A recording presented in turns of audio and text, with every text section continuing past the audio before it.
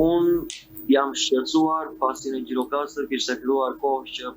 fliteshin thashë teme për diçka të tillë dhe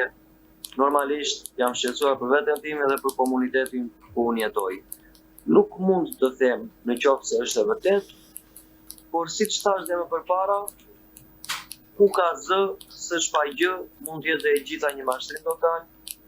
por mund të jetë dhe e vërtet. Nuk di të prononcojmë, të garantoj apo të verifikoj diçka të tillë pasi nuk kemi akoma fakte. Unë di vetëm të them që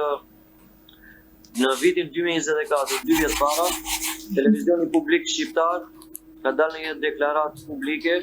ku ishte intervistuar dhe drejtori i institucionit, pothuajse në rrethin e Gjirokastërës ekzistojnë 2 vjet para, domethënë 17 veta të infektuar, ku 10 nga ata janë në Gjirokastër. Dhe bëj fjalë për persona nga 16 vjeç deri në moshën 65 vjeç. Pra, duke dëgjuar dhe këtë tashë, mua më lindë drejta e plot për të shqetësuar dhe për të dyshuar që në qoftë se nuk janë marrë masat e duhura nga institucionet apo personat që kanë qenë të infektuar, nuk kanë pasur kujdesin e duhur, kjo është një lloj sëmundje që mund të jetë fishohet edhe brenda javës, se nuk është një çudi e madhe, nëse ndodhin të tilla pasoja.